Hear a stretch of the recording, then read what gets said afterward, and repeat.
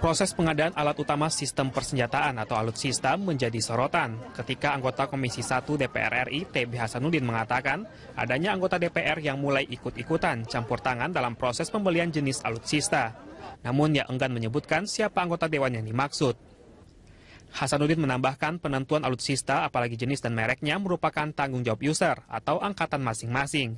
Kemudian disposisi dan dislokasi pasukan atau pangkalan biarkanlah TNI yang memutuskan berdasarkan kemampuan alutsista. TNI akan lebih profesional dalam hal tersebut. Hal senada juga disampaikan anggota Komisi 1 DPR RI Martin Huta Barat. Pembelian dan negosiasi alutsista bukan urusan anggota DPR RI, karena itu adalah urusan instansi terkait yang membidanginya karena mengetahui spesifikasinya. Sementara itu, media di Jepang mengungkap nama Ketua DPR RI Setia Novanto diduga terlibat dalam negosiasi atas pembelian pesawat amfibi US-2 dari Jepang. The Japan News memberitakan pertemuan Setia dengan Perdana Menteri Jepang di Tokyo. Disebutkan bahwa ketertarikan Setia Novanto pada pesawat amfibi US-2 seolah memberi sinyal bahwa pemerintah Indonesia ingin melakukan kerjasama.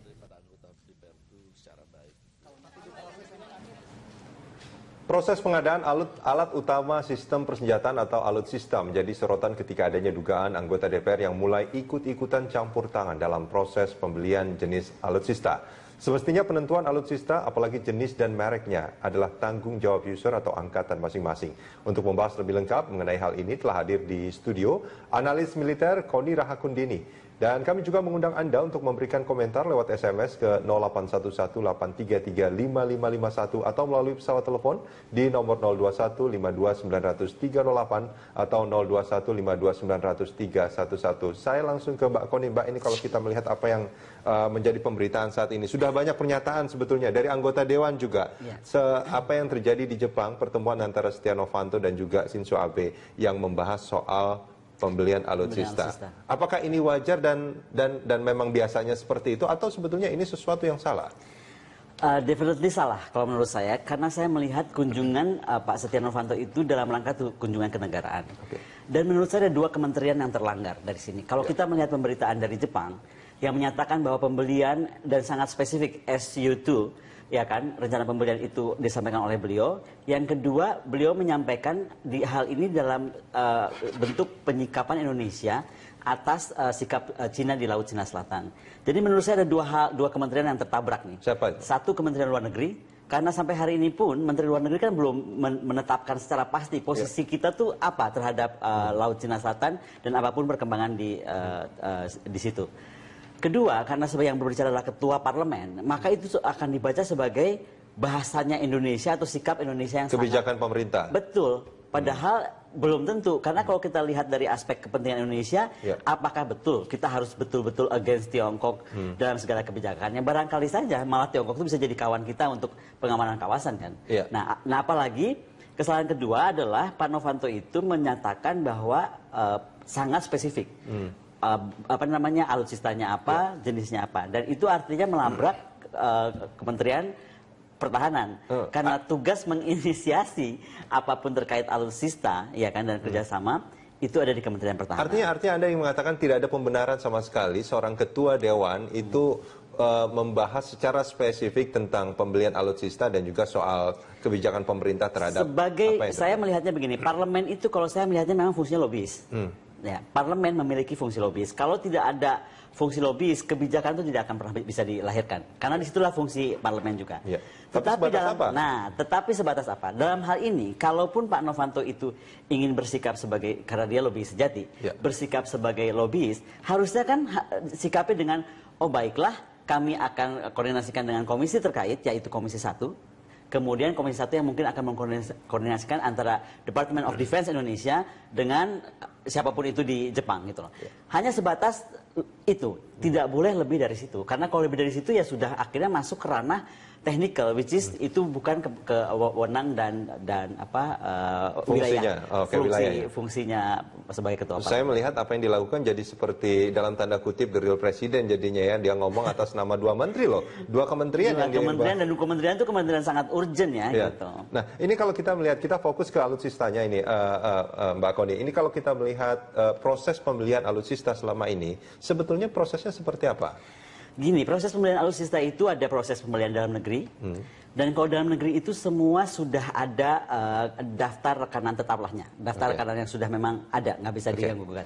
Karena kenapa? Itu akan mendorong juga industri dalam negeri dan semuanya yang in-hand yang dicanangkan. Tetapi yang kita lagi bahas tentang Pak Novanto, ini kan ceritanya adalah pengadaan dari luar negeri.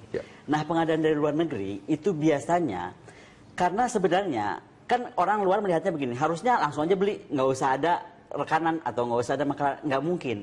Karena kalau pengadaan luar negeri itu, prinsipal atau pabrik itu tidak boleh langsung menjual.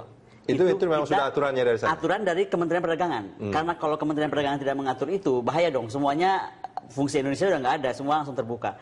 Jadi memang salah satu fungsi itu sehingga si prinsipal itu akan membuka atau mengeluarkan letter of attorney kepada agen di Indonesia. Nah, fungsi inilah yang kemudian dianggap seperti makelar. Seperti makelar, padahal dia keagenan yang dilihat. Dan itu memang nggak bisa dihindari. Tetapi yang mesti kita sadari juga, sejak Presiden SBY itu membentuk KKIP, Undang-Undang 42 tahun 2010, sebenarnya fungsi yang Pak Nov mau buat itu, tadi makanya saya singgung KKIP, itu dia cuma bisa bilang bahwa kami sudah punya komite yang mengurusi ini. Yaitu, karena kan kalau pembelian luar negeri itu akan sangat terkait kepada transfer of technology. Jadi kita ini sekarang, karena kita mendukung kebijakan industri pertahanan, tidak boleh tidak, kalau kita beli barang dari luar negeri, alutsista, itu harus kita tekankan ada TOT. Nah, yang untuk menekankan TOT itu terjadi, terus risetnya terjadi, semuanya terjadi, itu di Komite Kebijakan Industri Pertahanan di KKIP. KKIP tadi kan? Nah, artinya apa yang dilakukan Setia Novanto pada saat dia pergi ke Jepang ini, mestinya dia pulangnya seperti apa? Dan memberikan pernyataan seperti apa sebetulnya terhadap pemerintah? Saya justru jangan ngomong pulang dulu. Kalau saya ngomong lebih baik waktu di sana itu, beliau itu sekali lagi, saya bisa bayangkan posisi beliau itu memang dari aslinya memang sudah lobbyis. Tapi bagaimana beliau berangkat dan dengan tim ke parlemen, itu kan artinya tugasnya sudah tugas negara.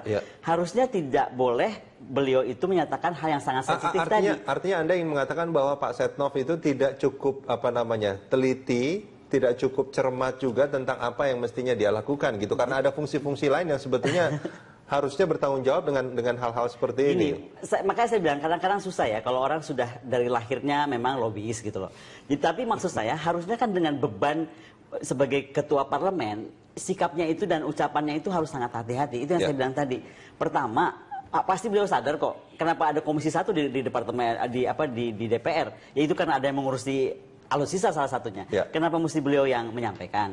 Kemudian tadi saya kembali lagi kepada Cina ya. Saya malah melihat dampaknya, karena beliau itu ketua parlemen, dampak ucapan itu kan akan kepada negara.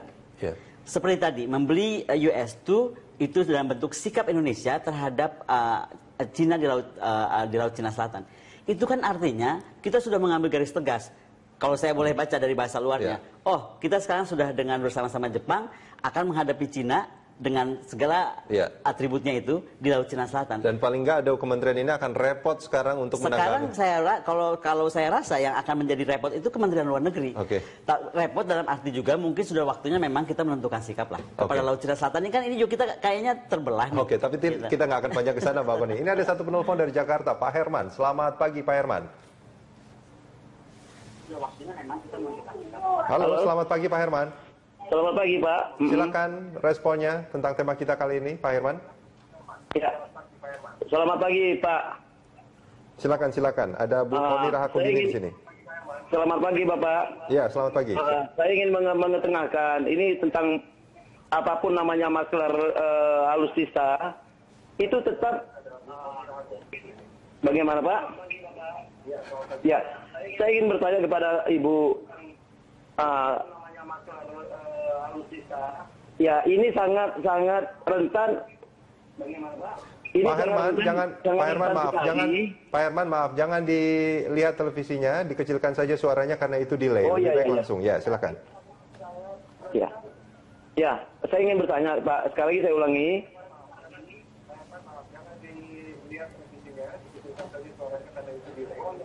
Ya, terima kasih. Saya ingin bertanya Pak, masalah makelar itu kental muatannya dengan bisnis. Nah, apa dan bagaimana itu tetap adanya pelanggaran-pelanggaran hukum yang menyedot keuangan negara. Nah, tolong penjelasan dari Ibu. Terima kasih, Pak. Baik. Terima kasih, Pak Herman. Sebetulnya bertanya tentang maklar ini, karena memang kalau kita melihat beberapa peristiwa, kayak pembelian tank Scorpion juga, kalau nggak salah kita ingat dulu, katanya di markup itu besar-besaran. Nah, itu kan karena katanya ada biaya maklar dan lain sebagainya. Nah, ini kalau ini sebetulnya pertanyaan Pak Herman itu seperti itu. Nah, ini gimana? Saya rasa begini, Pak. Tadi saya sudah bilang kan bahwa memang jenjangnya itu panjang dari sebuah benda itu dipilih misalnya. Itu kan akan masuk ke bawah Direktorat Jenderal Kuathan misalnya. Nah, dari Kuathan itu kemudian akan ada presentasi biasanya, presentasi yang kemudian dinilai oleh tadi 3 angkatan itu. Itu yang saya bilang rentan maklar itu sebenarnya adalah di situ bermainnya mereka untuk markup. Ya. Tetapi sekali lagi Kementerian Pertahanan juga sudah membuat banyak aturan, banyak tahapan di mana itu bisa dihindari. Dan harus dihindari. Salah satu contohnya? Salah satu contohnya sekarang memang ada tahapan dari saya lupa salah satu bagian, pokoknya itu baru dibentuk oleh Menteri Ria Mizar, sehingga masuknya benda itu atau alutsista itu betul-betul terkawal dari awal. Oke. Ada keperluannya. Nah, terus jangan salah juga, memang fungsi dari Kementerian Pertahanan juga ini terkait dengan YouTube, ada saya bacakan seolah-olah ini kok benda tiba-tiba muncul dari langit, nggak ada di Renstra kok keluar gitu loh. Saya mesti menyampaikan di sini bahwa sebenarnya pandangan atau ucapan seorang politisi itu akan mempengaruhi industri pertahanan. Saya memberikan contoh, saat kita punya Presiden SBY, kita kan tahu friends zero enemy. Tapi kemudian kita punya Presiden Jokowi yang bilang bahwa kita itu harus menjadi negara hebat, negara maju, punya drone. Nah, satu kalimat drone itu multiplier efeknya besar. Jadi tiba-tiba kita melahirkan perusahaan-perusahaan atau ahli-ahli pesawat, salah satunya dari universitas, yang kemudian bisa melahirkan drone-drone ini. Di Indonesia? Di Indonesia. Oke. Jadi nggak selalu jelek gitu loh. Nah, kalaupun ada muncul, sekali lagi, kekhawatiran itu, saya kira perangkatnya saja mesti diperketat.